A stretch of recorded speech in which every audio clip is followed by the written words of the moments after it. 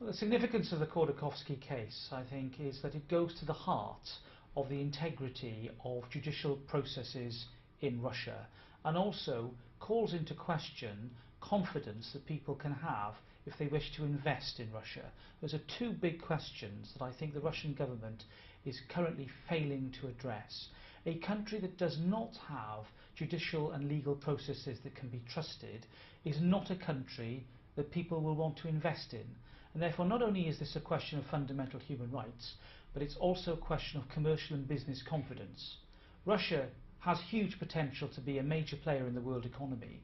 I believe that it's holding itself back with examples such as the Khodorkovsky case. Well, I'm aware there's a judicial process currently carrying through at the moment. There's an appeals process relating to his second conviction. As things stand, Mr. Khodorkovsky isn't to be released from custody until October of 2014. I would urge that the Russian authorities deal with these processes as quickly as possible and as fairly as possible, reminding themselves that this is a case not only of domestic significance but of international importance, and it calls into question fundamental issues about fairness and justice in Russia.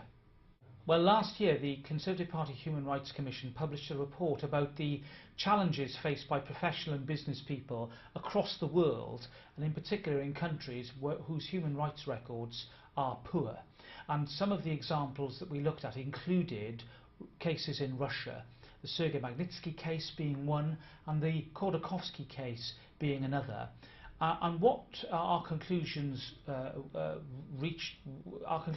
reached were that this is not only a question of fundamental human rights, but it is also undermining the integrity of Russia in the eyes of the world, and that if Russia is to be serious about its future success and future prosperity and future openness, then it needs to reform its judicial and legal processes to ensure that individuals cannot be the subject of arbitrary detention, arbitrary arrest and arbitrary mistreatment. Well, I think it would send a message that Russia is willing to listen and willing to start the process of change. It's not just a question, of course, of the release of one man. It's a question not only of his future treatment, but the treatment of many individuals who have either died or who are currently in detention as a result of arbitrary decisions by the Russian government.